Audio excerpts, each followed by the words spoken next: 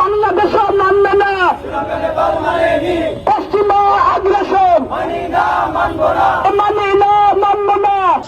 সামরিক ঘাঁটি হিসাবে রূপান্তর করতে পারে। আমরা বিগত সময় দেখেছি আমাদের সেন্ট মার্টিনকে নিয়ে অনেক চক্রান্ত হয়েছে।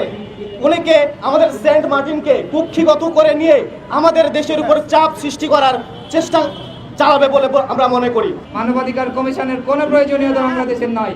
বাংলাদেশের যেই সংস্কার করার মাধ্যমে রাষ্ট্রকে নিরাপদ করা যাবে, যেই সংস্কার করার মাধ্যমে মানুষের মানবাধিকার প্রতিষ্ঠা করা যাবে, সেই সংস্কার করার আগ পর্যন্ত বাংলাদেশে কোনো নির্বাচনের প্রয়োজন নয়। বাংলাদেশের রাষ্ট্রের যদি গভীর সমস্যা থেকে থাকে,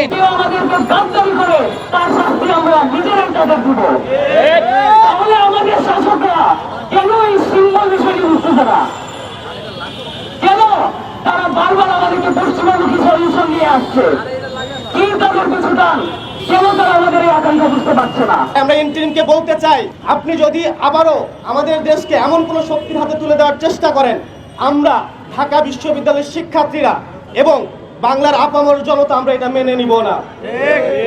আমরা আমাদের দাবিগুলো বিভিন্ন শিক্ষার্থী এবং শিক্ষকের মাধ্যমে আপনাদের সামনে তুলে ধরে কমিটমেন্ট হবে, তাকে সরকার জেলে বসে ভাবতে হবে। তার মানে কি আমরা শেখ হাসিনাকে বা অন্য যারা গণহত্যার সঙ্গে সরাসরি জড়িত, যারা গুলি চালিয়েছে, যারা আমার ভাইদেরকে মেরেছে, আর যাদের গলায় গুলি করেছে, ভাইদের বুকে গুলি করেছে, মাথা ফেটে গেছে, তাদেরকে যারা হত্যা করেছে, তাদেরকে আমরা জেলে বসে খাওয়াবো? গণহত্যাকারীদের বিচার, আমাদের যে এক্সিস্টিং সিস্টেম রয়েছে, আমাদের দেশের যে সামাজিক মূল্যবোধ রয়েছে, আইনি যে ভিত্তি রয়েছে, সেই ভিত্তিতে বিচার হতে হবে।